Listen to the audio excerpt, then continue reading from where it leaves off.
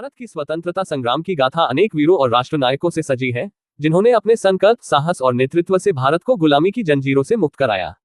ऐसे ही एक महान व्यक्तित्व थे सरदार वल्लभभाई पटेल, जिन्हें भारत का लौह पुरुष कहा जाता है। उन्होंने न केवल स्वतंत्रता संग्राम में भाग लिया, बल्कि स्वतंत्र भारत के एकीकरण में भी अद्वितीय योगदान दिया। वे भारतीय गणराज्य के पहले उप प्रधानमंत्री और गृहमंत्री भी थे। उनका जीवन, उनका संघर्ष और उनका नेतृत्व आज भी देशवासियों को प्रेरणा देता है। प्रारंभिक जीवन और शिक्षा। वल्लभभाई पटेल का जन्म 31 अक्टूबर 1875 को गुजरात के नादियाड गांव में हुआ था। उनके पिता झवेरभाई एक किसान थे और झांसी की रानी लक्ष्मीबाई की सेना में कार्यरत थे। माता लाडबाई धार्मिक विचारों वाली महिला थी। परिवार में देशभक्ति और आत्मबलिदान की भावना कूट कूट कर भरी हुई थी।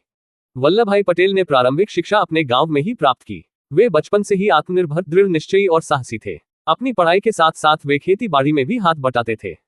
22 वर्ष की आयु में उन्होंने मैट्रिक की परीक्षा पास की, जो उस समय के अनुसार विलक्षण बात थी। इसके बाद उन्होंने कानून की पढ़ाई के लिए इंग्लैंड की कैम्ब्रिज यूनिवर्सिटी में प्रवेश लिया और वहां से बैरिस्टर बनकर लौटे। कानूनी करियर और स्वतंत्रता संग्राम में प्रवेश। भारत लौटने के बाद वल्लभभाई पटेल ने अहमदाबाद में वकालत शुरू की और जल्द ही प्रसिद्ध वकीलों में गिने जाने लगे। परंतु जब महात्मा गांधी के विचारों से वे प्रभावित हुए, तो उन्होंने सब कुछ छोड़कर देश सेवा को अपना लक्ष्य बना लिया।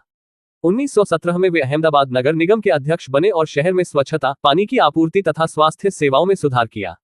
उनका प्रशासनिक कौशल यहीं से झलकने लगा। खेड़ा आंदोलन। 1918 में गुजरात के खेड़ा जिले में सूखा पड़ने के कारण किसानों की स्थिति अत्यंत दयनीय हो गई।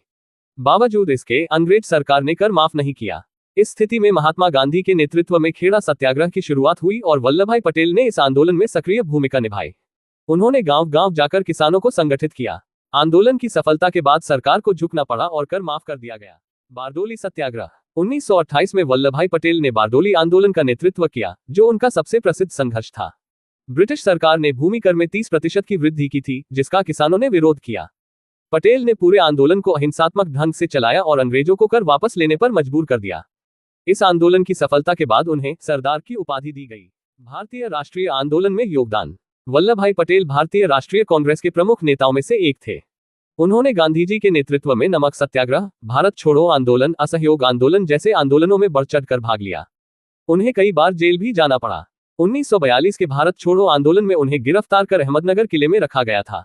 जेल से रिहा होने के बाद वे भारतीय स्वतंत्रता की तैयारियों में जुट गए। भारत का एकीकरण। स्वतंत्रता के बाद वल्लभभाई पटेल को भारत का उप प्रधानमंत्री और गृहमंत्री नियुक्त किया गया। भारत जब स्वतंत्र हुआ तब देश 562 रियासतों में बंटा हुआ था। ये बहुत बड़ी चुनौती थी, क्योंकि कई रियासतें स्वतंत्र रहना चाहती थीं। सरदार पटेल ने कुशल कूटनीति, दृढ़ संकल्प और कभी कभी बल प्रयोग से इन रियासतों को भारत में मिलाया।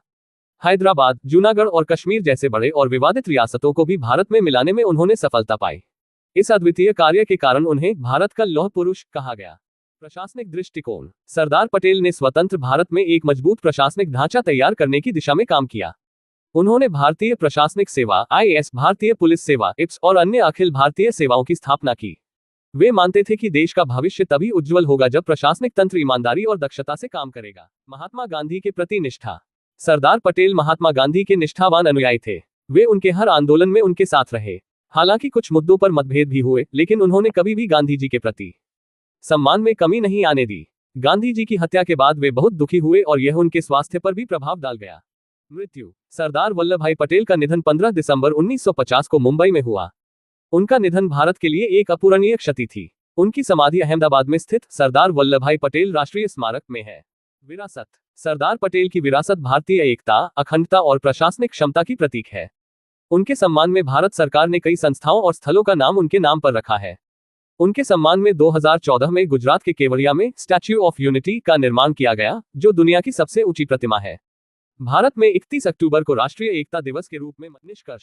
सरदार वल्लभभाई पटेल का जीवन संघर्ष, नेतृत्व और राष्ट्रीय भावना से ओतप्रोत था। वे केवल एक राजनेता ही नहीं, बल्कि एक राष्ट्र निर्माता थे। उनका अद्वितीय योगदान सदैव भारत के इतिहास में स्वर्ण अक्षरों में अंकित रहेगा। आज भी उनकी विचारधारा और कार्यशैली देश के लिए मार्गदर्शक है।